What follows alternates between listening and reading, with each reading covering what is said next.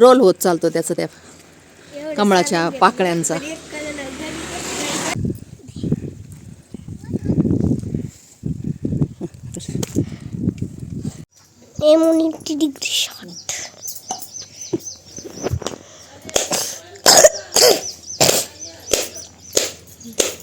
असं पाणी निघत गाडी सांग किती पक्क आहे ते. पक्क पाणी दे. अंगावर पडलं. पाणी टपकू राहिलं खाली. अरे हाय का नाही पाणी त्याच्यात?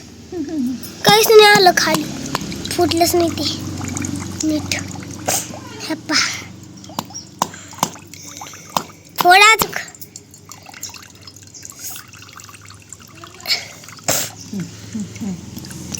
रुको.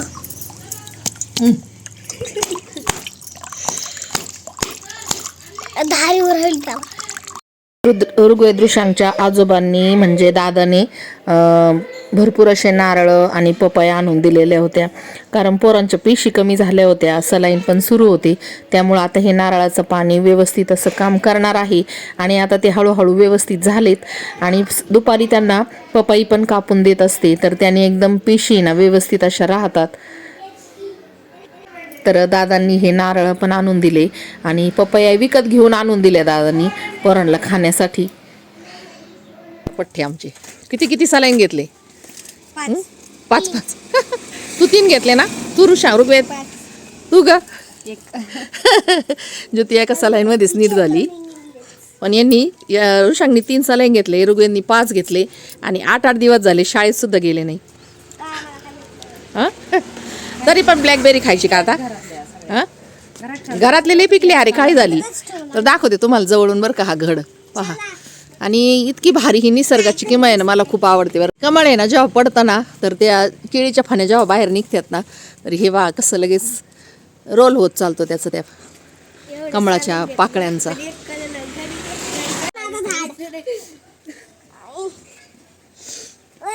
डोक्यावरच आता इथं आहे ना, गेट मध्ये डोक्यावरच आहे कमळ पडलंय बरं का. जास्त नाही दमायचं, हळूहळू चालायचं.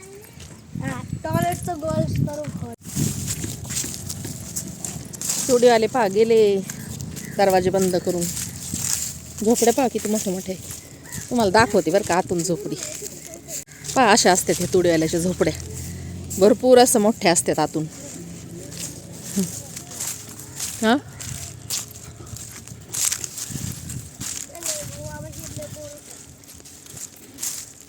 भाऊ आवाज तिकडे जायचं.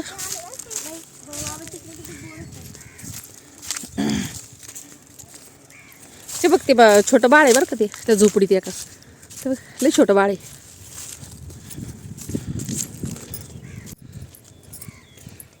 चला तर मैत्रिणींना आता चाललोय शेतात. म्हटलं चला आता कांद्याची लागवड थोडी राहिली होती काल, तर आज झाली असताना आता.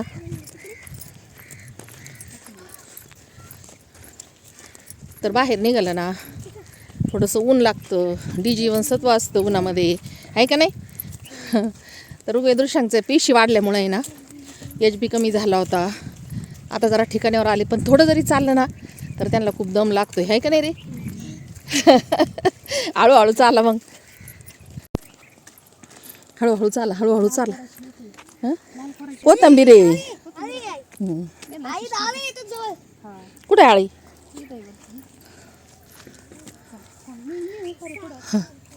ही डाळी लटकलेली. चला. पोरं आहे ना दिवसभर घरात झोपून राहायची, त्यांना थंडी यायची. दिवसभर आहे ना अंगावर घेऊन आहे ना गपचीप झोपून राहायची. थोडी जरी हालचाल केली ना तरी त्यांना खूप त्रास व्हायचा. आणि आता कालपासून आहे थोडेसे उठलेत. दुखण्याचं काम वाईटच असते. चला.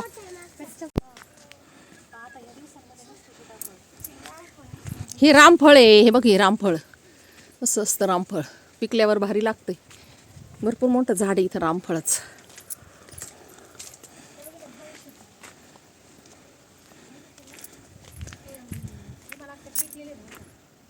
काय गाय कशा बघा ते अजून दोन्ही घेतले का मी तीन वगारी.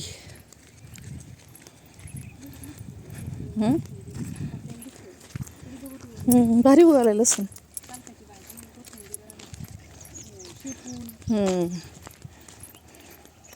आपला लसूण आहे आता खुरपावं लागन, ते गवत झाले. यंदा आहे ना वातावरणात खूप थंडी, त्याच्यामुळे गहू लय भारी आलीत. मस्त चूड केलाय गव्हानी इथं पा.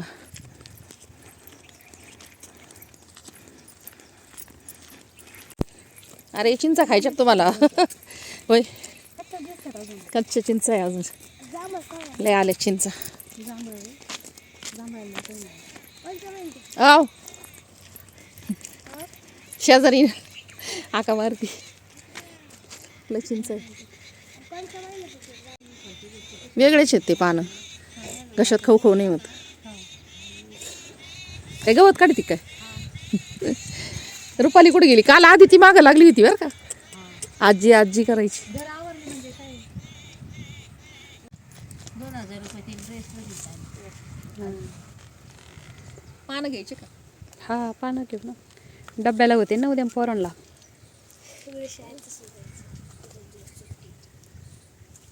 अभ्यास करायला कुंडीतच लावा लागल ती. आमच्या तिथे तरी कुठं जागा आहे नाही.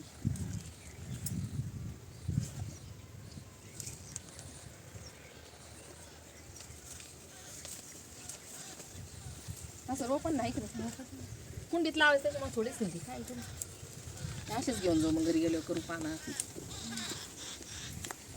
पिल्लू थांब ना पिल्लू, नुसतं पुढं पळत आहे.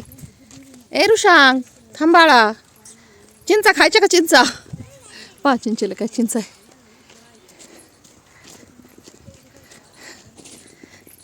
आम्ही लावलेलं आंब्याचं झाड आहे बघा, केवढं झालं हे आंब्याचं झाड आहे का? हा तुम्ही लावलं होतं ना साईट बघा. तिकडं मोटर चालू आहे बघ.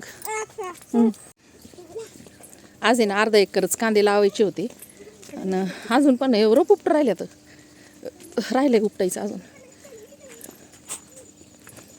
पळू नका. हे सोलरचं पाणी बरं का, ऊन कमी आहे ना आता त्याच्यामुळं कमी चालत. ते मोटरीचं आहे तिकडं.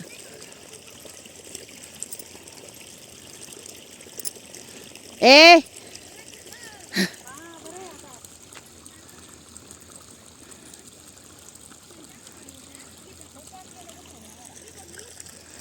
पोरांना लगेच खेळायला मज्जा वाटायला लागली हे का वावरात आल्याबरोबर.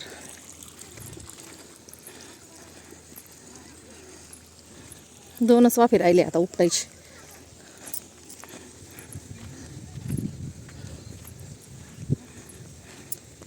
मामी सगळं रोप लागलं का?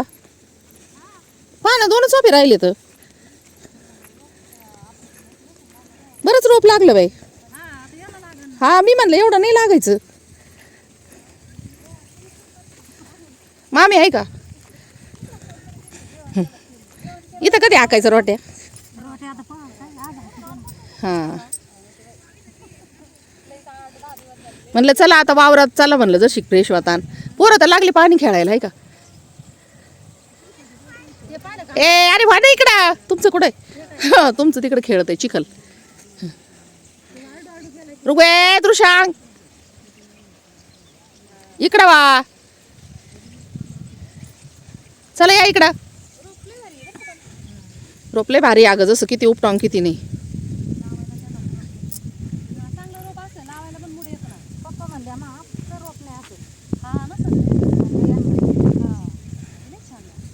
कोपऱ्याला गेल्या पार आता लावीत बाया. आता इकडचं झालंय सगळं लावायचं, त्या कोपऱ्याला गेल्यात पार बायका. दुपारपर्यंत होऊन जाते ना मामे, हे ना.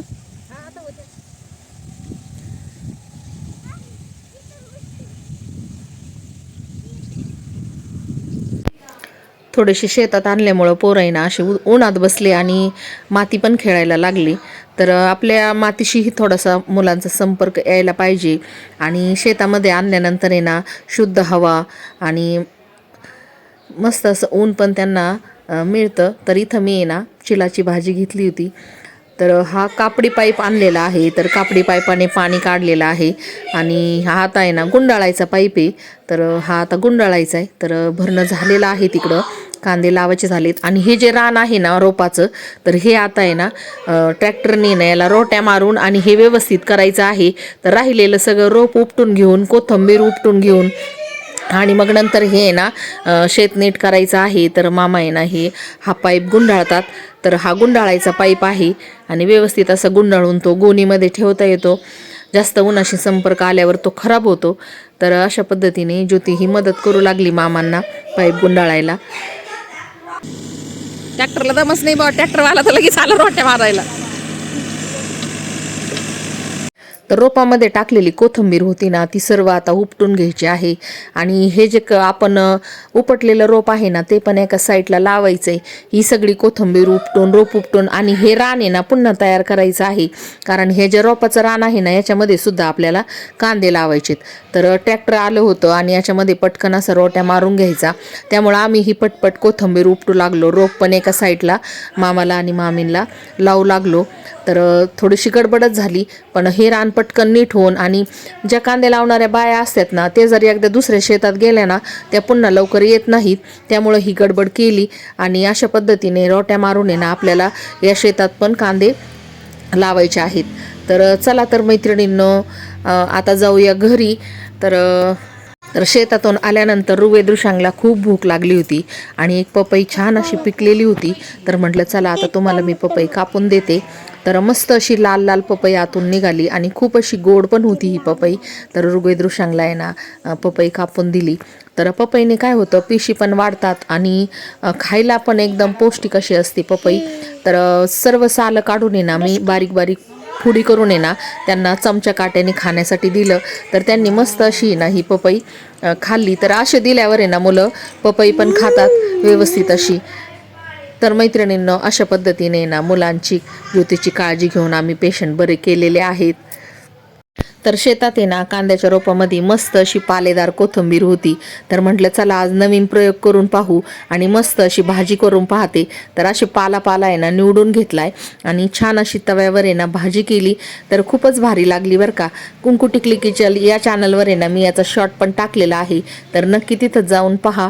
तर नक्की करून पहा, ट्राय करून पहा. तर मैत्रिणींनो, मस्त अशी कोथिंबीरीची भाजी आपली झालेली आहे तयार. आणि ही पहिल्याच वेळेस मी पण केलेली आहे. तर आता खाऊन पाहूया कशी लागते. तर चला तुम्ही पण करून पहा कोथिंबीरीची भाजी. तर चला भेटूया पुन्हा.